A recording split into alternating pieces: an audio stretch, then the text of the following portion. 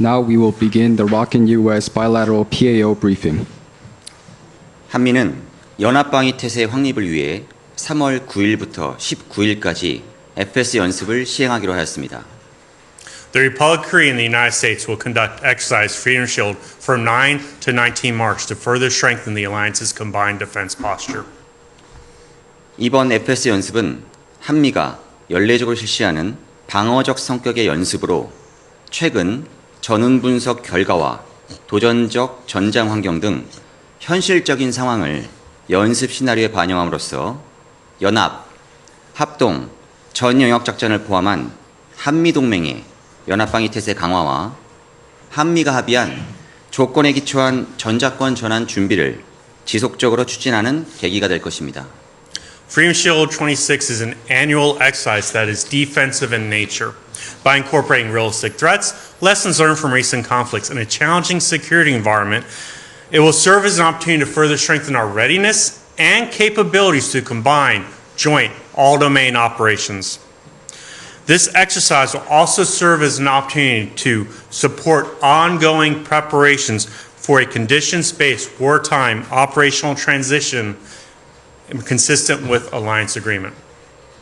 또한 연합연습 기간에 연습 시나리오와 연계된 대한민국 방위에 필수적인 동맹의 훈련을 실시함으로써 실전성과 전투준비 태세를 강화해 나갈 것입니다.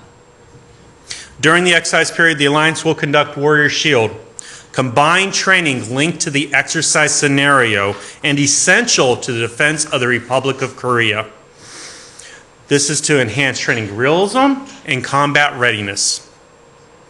유엔사는 이번 연습에 유엔사 회원국들을 참가시킬 예정이며 중립국감독위원회는 정전협정 준수 여부를 관찰할 것입니다. Several United Nations Command member states are slated to participate in the exercise. The Neutral Nations Supervisory Commission will observe the exercise to ensure compliance with the armistice agreement. We go together. 갑시다.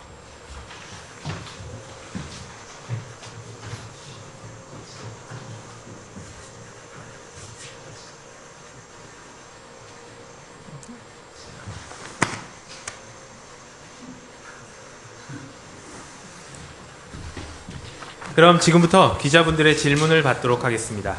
질문을 원하시는 기자분께서는 손을 들어주시고 제가 지정해드리면 회사명과 성함을 말씀하신 후 질문하여 주시기 바랍니다. 예, 김 기자님. Now we will be taking questions. Before you begin, once called upon, please raise your hand, and once called upon. FS 같은 이런 대규모 훈련은 이 준비 과정에서부터 여러 가지 요소들이 고려되고 그 중에는 이제 타국과의 관계, 또 국제 정세 여러 가지가 영향을 미치는 것으로 알고 있는데요. 한미가 이번에 FS에서 이 야외 기동 훈련을 연중 분산 실시하는 것으로 정하면서 결과적으로 이번 한미 연합 연습 기간에는 이 야외 기동 훈련이 축소되는 것으로 예상이 되는데, 그렇다면 FS 기간 내에 이 야외 기동 훈련을 모두 몰아서 하는 것과 FS 기간이 아닐 때도 연중 분산해서 실시하는 것 중에서 어느 게 더 이 연합훈련의 효과를 잘 달성할 수 있는지 여쭤보고 싶습니다. 이 주변 정세, 정치적 요소 이런 것들은 모두 배제하고 온전히 이 군사 전술적, 작전적 측면에서만 평가해 주시면 감사하겠습니다. This is KBS Kim Gi-hwa reporter. The question I have is regarding the large scale and magnitude of the Freedom Shield and combined exercise in nature. We are taking into consideration the large magnitude. This means that there needs to be considerations for multilateral nations as well as the political scene when we are planning these combined exercises. We have heard that the FS-FTX field training exercises will be executed in a year-round balanced basis. Rather than being conducted in a certain specific time during FS, which means that we are currently predicting a downsized execution of the field training exercises. Does this mean that compared to executing these training events during Freedom Shield period compared to executing these training events outside of the Freedom Shield training period, not based on the political landscape or the political considerations, simply based on a military basis and consideration, could you please answer what is more strategically and tactically effective? 네, 질문 감사합니다. 먼저 이번 한미 연합 연습은 정상적으로 시행할 것입니다. 연습 기간 동안의 야외 기동 훈련은 한미가 긴밀히 협의 중입니다. 연합훈련은 상시 연합방위 태세 유지 및 능력 제고를 위해 연중 균형되게 시행할 것입니다. First of all, thank you for the question. Regarding the field training exercises and live training events, what I can say is that the combined exercise will be continued as planned, and the field training exercises are being continuously closely coordinated between the ROC and US. The combined training events will be executed in a yearly balanced fashion to maintain an all-time combined readiness posture and increase our capabilities. I just have one thing to add. Complex combined exercises often require additional coordination looking at the scale and sequencing of these events. But the important fact to remember is Freedom Shield and Warrior Shield will go on this March as a major defensive-oriented exercise. You'll see U.S., ROC, United Nations Command member states participating in tough, realistic, demanding training. And that is the real measure of the alliance. 한 가지 더 추가로 말씀드리겠습니다. 그 복잡한 연합 연습은 다양한 범위나 구조와 관련해서 다양한 협의가 필요합니다. 그래서 확실하게 말씀드릴 수 있는 건 이번 3월에 FS와 그 실기동 훈련인 워리어 실드가 분명히 대규모 방어적 성격을 띤 연습으로 진행이 된다는 것이며, 이러한 훈련을 통해 대한민국과 미국 그리고 유엔사 참전국들이 어렵고 실전적이고 도전적인 과제를 헤쳐나가면서 훈련하는 모습을 보여주는 것이 중요한 연습이라는 것을 말씀드리겠습니다. 네, 다음 질문 받겠습니다. Moving on to the next question. 기자님. 안녕하세요. 국민일보 송태화입니다. 미국이 최근 전략보고서에서 한반도 내에서의 미군 태세 조정을 언급했습니다. 이번 성명에도 전 영역 작전, 도전적 상황이라는 언급이 담겨 있습니다. 동맹 현대화와 같은 맥락으로 읽히는데, 이번 FS 연습이 한반도 내 위협을 중심으로 시뮬레이션 되는지, 그리고 역외 인도 태평양 지역의 국제 정세가 이번 훈련에 어떻게 반영되는지 설명해 주시면 감사하겠습니다. This is Gungmin Songtae reporter. Regarding the U.S. strategic report, as well as this current change in statement from the U.S. side, you have mentioned in today's briefing as well that you will be incorporating an all-domain operation within the challenging environment. Does this mean that within the Republic of Korea, within the peninsula, will the exercise entail specifically simulations on the peninsula, or will the exercise also encompass Indo-Pacific areas and the surrounding regions as well? 먼저 이번 FS 연습은 한미가 연례적으로 실시하는 방어적 성격의 연습으로 최근 전운 분석 결과와 도전적 전장 환경 등 현실적인 상황을 연습 시나리오에 반영할 것입니다.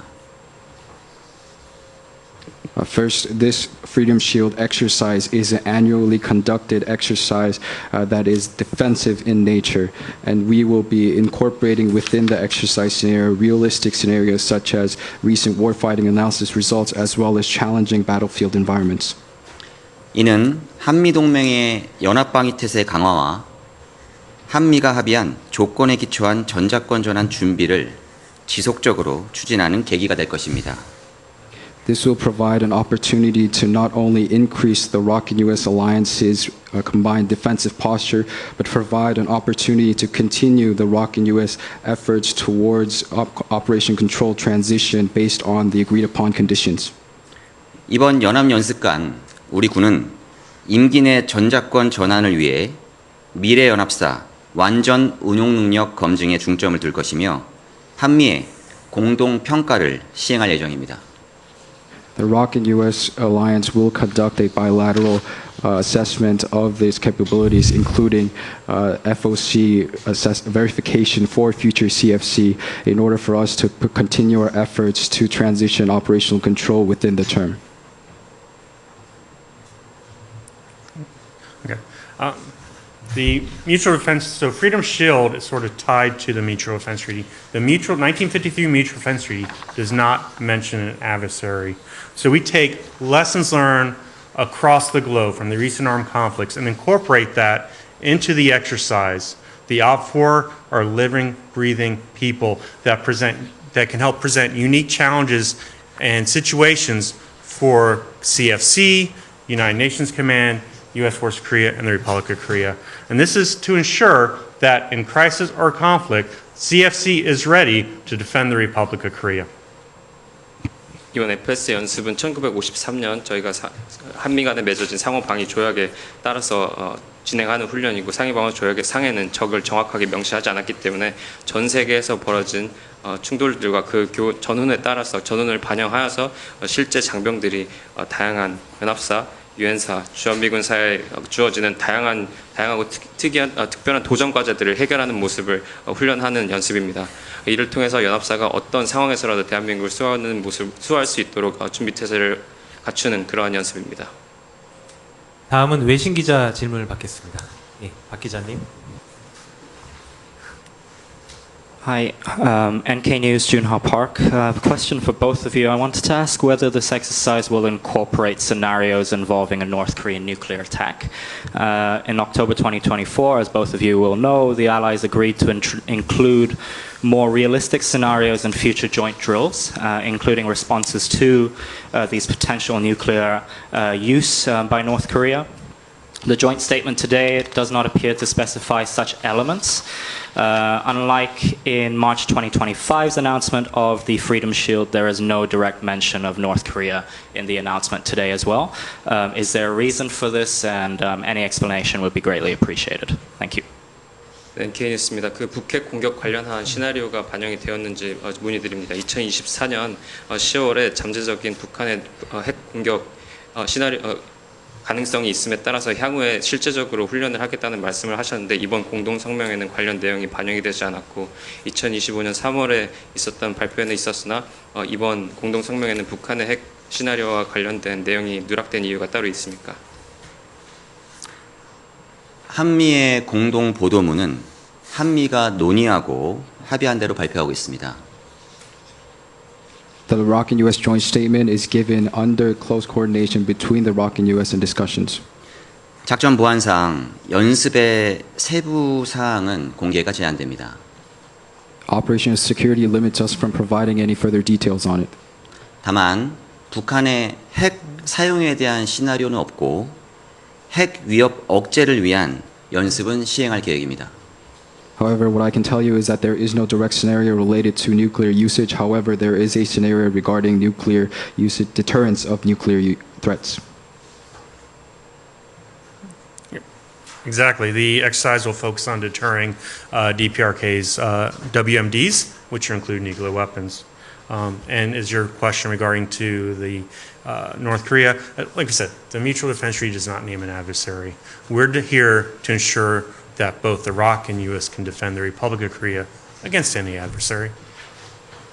일단 말씀 방금 하신 대로 북한의 대량 살상 무기 억제에 대한 훈련을 진행하겠습니다. 그리고 아까 말씀드린 대로 상호 방위 조약상 적을 누군지 정확하게 명시하지 않았기 때문에 오늘 말씀해 드린 대로 대한민국과 미국은 주한미군은 대한민국을 수호하는 성격의 연습을 하도록 하겠습니다.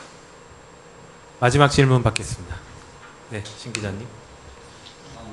So, as assessments suggesting USFK's role in the larger field, maybe expanding towards countering China, how would such a strategic shift influence the conduct and priorities of Freedom Shield and other exercises going forward?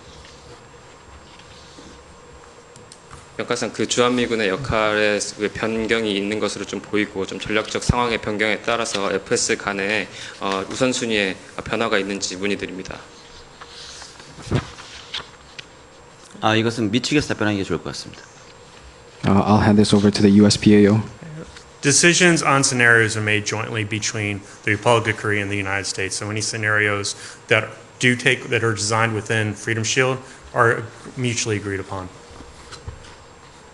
모든 그 연습 훈련 관련해서 그 결심과 시나리오는 한미 간의 상호 합의 또는 합의 및 협의를 거쳐서 진행이 되기 때문에 FS 연습 간 시나리오와 역할에도 마찬가지로 한미 간의 상호 협의하에 나온 결과임을 말씀드립니다.